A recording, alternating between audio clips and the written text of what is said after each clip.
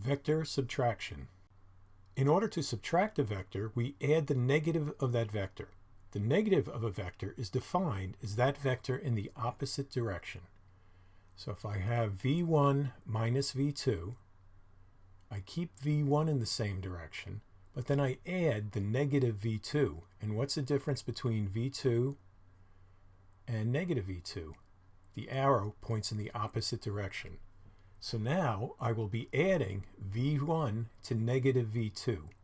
So here's v1, negative v2 is in this direction, and then the sum, or the subtraction there, you start back at the origin, connect it up, that's your resultant vector, that is equal to v1 minus v2. Example 1, subtracting vectors. Use the tail to tip method to draw the following vector subtractions, b minus c and a minus d. For b minus c, we start with b, and then we have to add the negative of c. So we're going to draw that over here. Negative c is in that direction. So down here is b, negative c, we put the tail of negative c on the tip of b, then connect up the tail of b to the tip of c, and that's our resultant vector. Now for a minus d, well, that's going to be here's a and here's d.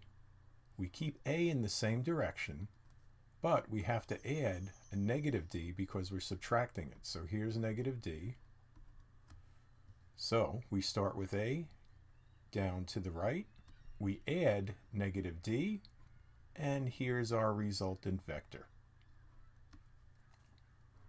When vectors are in component form, so here's u and here's v, the resultant vector for subtraction is just the difference of the components.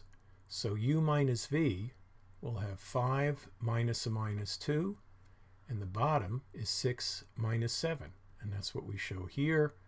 5 minus a minus 2 is 7. 6 minus 7 is negative 1. That's u minus v in component form.